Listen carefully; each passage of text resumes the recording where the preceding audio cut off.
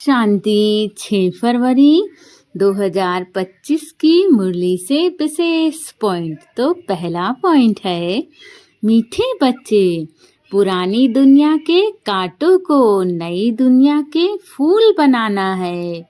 यह तुम होशियार मालियों का काम है।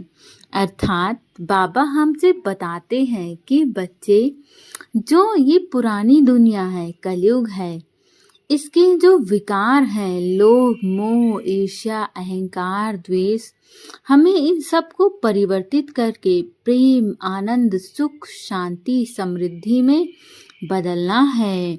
और हमें इन्हीं गुणों को, इन्हीं ज्ञान के खजानों को सतयुग में ले जाना है।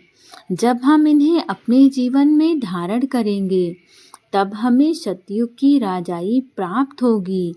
और जब तक हम इनको धारण नहीं करेंगे, हम राजा रानियों जैसा जीवन नहीं जिएंगे, तब तक हमें सतयुग की राजाई प्राप्त भी नहीं होगी।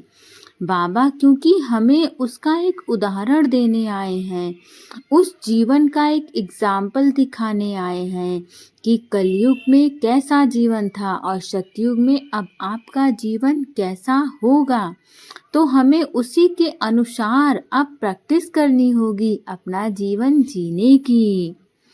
और हमें इनको परिवर्तित करना है, जो विषय विकार है इस कलयुगी दुनिया के, इन्हें हमें स्वयं परिवर्तित करने का प्रयास करना है।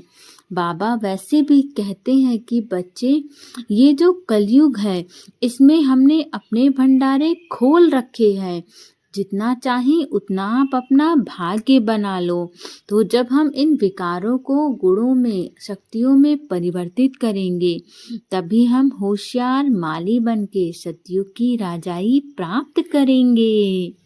अगला पॉइंट है, बाप जो ज्ञान का खजाना दे रहे हैं, उसको लेने के लिए दौड़ दौड़ कर आना है।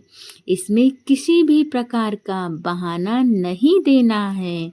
बाप की याद में 10 माइल भी पैदल चलने से थकावट नहीं होगी। अर्थात ये चारों युगों में जो संगम युग है, ये शक्तियों का, खजानों का युग है। इस युग में बाबा अपनी दोनों बाहें खोल खोल के बच्चों को झोलियां भर भर के दे रहे हैं। तो बाबा कहते हैं कि बच्चे, आपके ऊपर निर्भर है कि आप कितने खजाने लेते हो।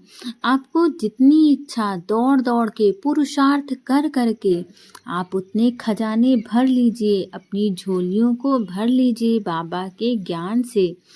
और यदि ये ऐसा युग है जहाँ पर आप एक कर्म अच्छा करते हैं तो आपको उसका पदम गुना फल मिलता है, तो यदि आप नहीं कर पाते हैं तो ये अब आपके बहानेबाजी नहीं चलेगी, आपको इन सब के लिए समय निकालना ही पड़ेगा।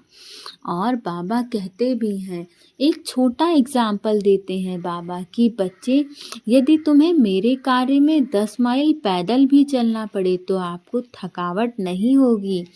तो यकीन मानिए, बाबा के इस बोल में कोई भी संशय नहीं है, ये अक्षरशः सत्य बात है। आप जितना सच्चे मन से बाबा के ज्ञान को धारण करने में अपना समय लगाएंगे, जितनी मेहनत करेंगे, आपको पहली बात वो मेहनत का अनुभव ही नहीं होगा। आपको अपने सभी कार्यों में सफलता मिलती ही जाएगी। अगला पॉइंट है, विजय माला में आने का आधार पढ़ाई है। पढ़ाई पर पूरा ध्यान देना है। कांटों को फूल बनाने की सेवा करनी है।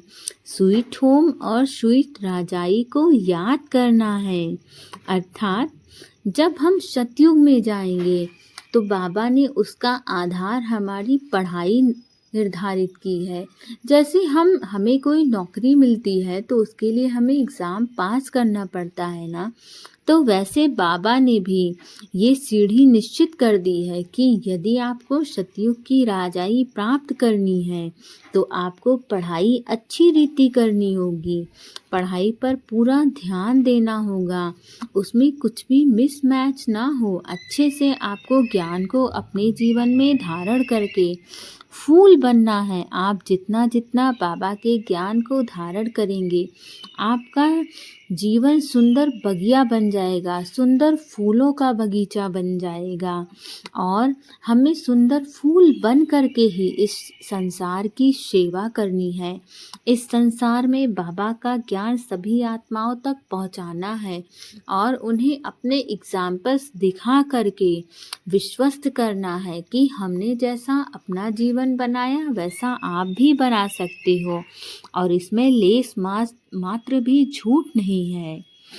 और हमें स्वीट होम और स्वीट राजाई को याद करना है। हमें याद करना है कि हमारी दुनिया कैसी थी, हम सतयुग में कैसे थे, हमारी जीवनचर्या कैसी थी। हम सदा देने वाली तब आत्मा थे, हम कब से लेने वाली आत्मा बन गए। तो यदि हमारा वो जीवन इतना सुंदर था तो हम फिर से वो सुंदर जीवन प्राप्त कर सकते हैं, परंतु ऐसा तभी होगा जब हम ज्ञान को अपने जीवन में धारण करें। अगला पॉइंट है, संगम युग के महत्व को जान, एक का अनगिनत बार रिटर्न प्राप्त करने वाले सर्व प्राप्ति संपन्न भव।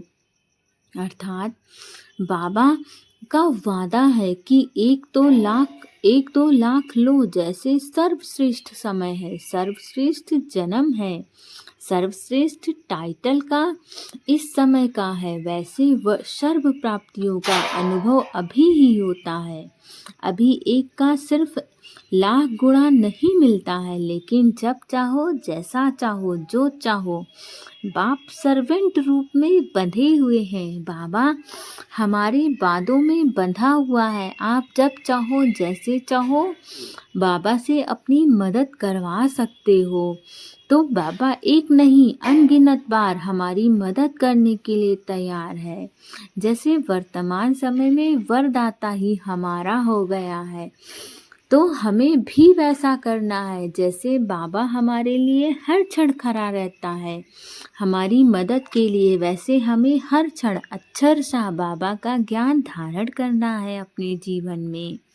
अगला पॉइंट है, कैसी भी स्थिति हो, परिस्थिति चली जाए लेकिन खुशी न जाए।